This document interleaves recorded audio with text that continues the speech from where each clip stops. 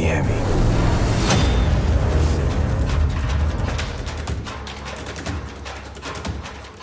Hello, I'm Louise Blaine, GamesRadar's news lead, and I'm here with Leon Hurley, news editor. Hello.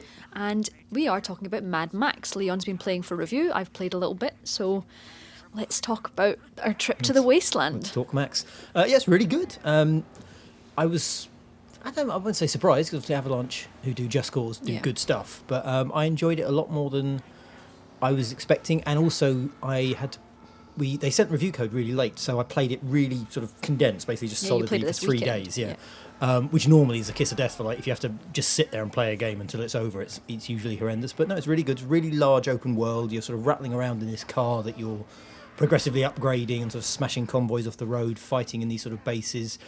It's very, I don't want to say derivative, but it's a bit like Shadow of Mordor, where it uses a lot of things you recognise from other games and makes its own thing out of it. So the combat is basically Batman, but a lot more violent, a lot more kind of curb stompy. Base sort of you take down bases and lower enemy kind of influence. That's very sort of Far Cry-y. There's a really nice touch where the bases you take down get taken over by allies, and you have scrap. So scrap is your kind of currency, which you use to upgrade your car and upgrade your max and all that sort of stuff.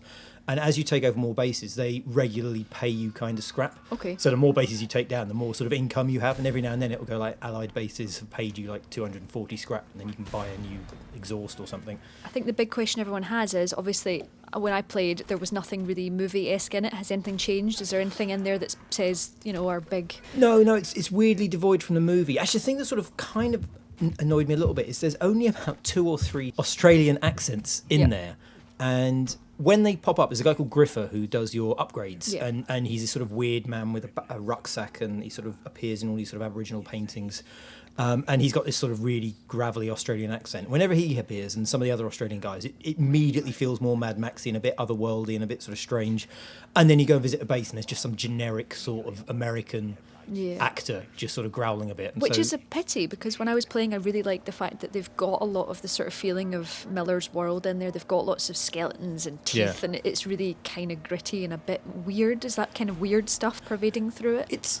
They've got, I forget the name of the actor now, but the guy doing Mad Max is an ex Home and Away guy. Oh, but okay.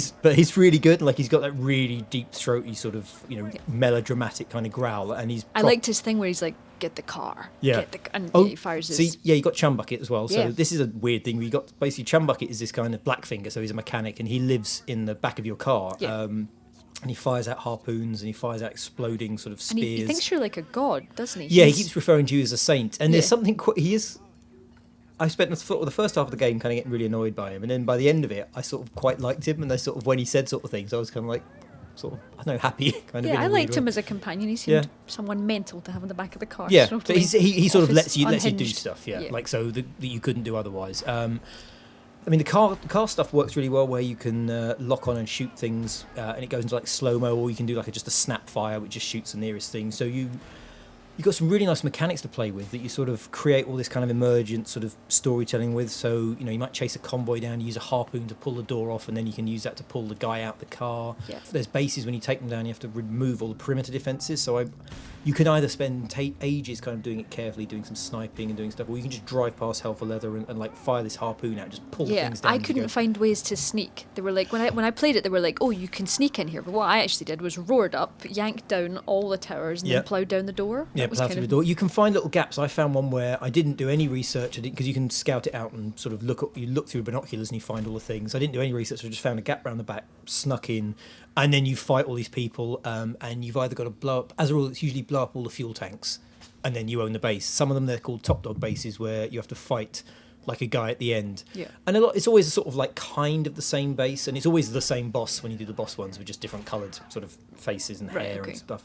But the combat is quite enjoyable. I really sort of liked developing Max, and you sort of have these sort of fighting moves where you can sort of disarm people or use their knives against them. You've got shivs, don't you? Shivs, yeah. So you unlock more and more abilities to use this stuff. So you start off like quite fumbly, just trying to parry and fight, and you can't really do a lot of damage. And you upgrade your gloves to do more sort of damage when you punch. You upgrade these different moves, so you do a perfect parry, you kind of like dislocate their arm, or you can perfectly parry weapons and pull it back on them. Later on, you can unlock stuff that lets you use weapons against them, whether it's a perfect parry or not. Yeah. So you start off really sort of fumbly and sort of delicately trying not to die, and then a few hours into the game, you're absolutely like destroying sort of crowds of people, and you feel yourself getting more powerful. Well, speaking of upgrades, obviously you've got the magnum opus, which that's the big kind of the last thing we'll cover is your car, which has massive amounts of upgrades. So what exciting upgrades did you get into that car? I mean, I only upgraded about halfway through the car. So you obviously got wheels, armor, exhausts, flame sort of stuff that comes out the side, wheel rims. You can go for speed, you can go for brute force. I had a kind of a mid-range kind of car.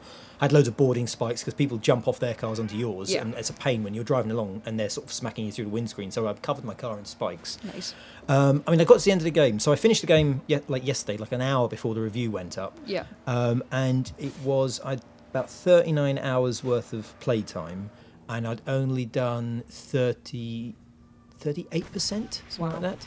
And yeah, so there was a load of like the last 2 or 3 upgrades for the car were still to be unlocked. I'd unlocked all of Max, but there's loads of the car I hadn't done. There were just loads of story missions left. So yeah, like nearly 40 hours worth of gameplay, and there was still 60% of the map to do. The map's terrifying, by the way. It's like Witcher 3, where you zoom out, see what everything there is to do, and you just kind of like, maybe I won't do this today. Yeah, so we've got big map, we've got great combat, we've got lots of car upgrades. Leon has given Mad Max 4 stars, and you can see the review around us here, but enjoy.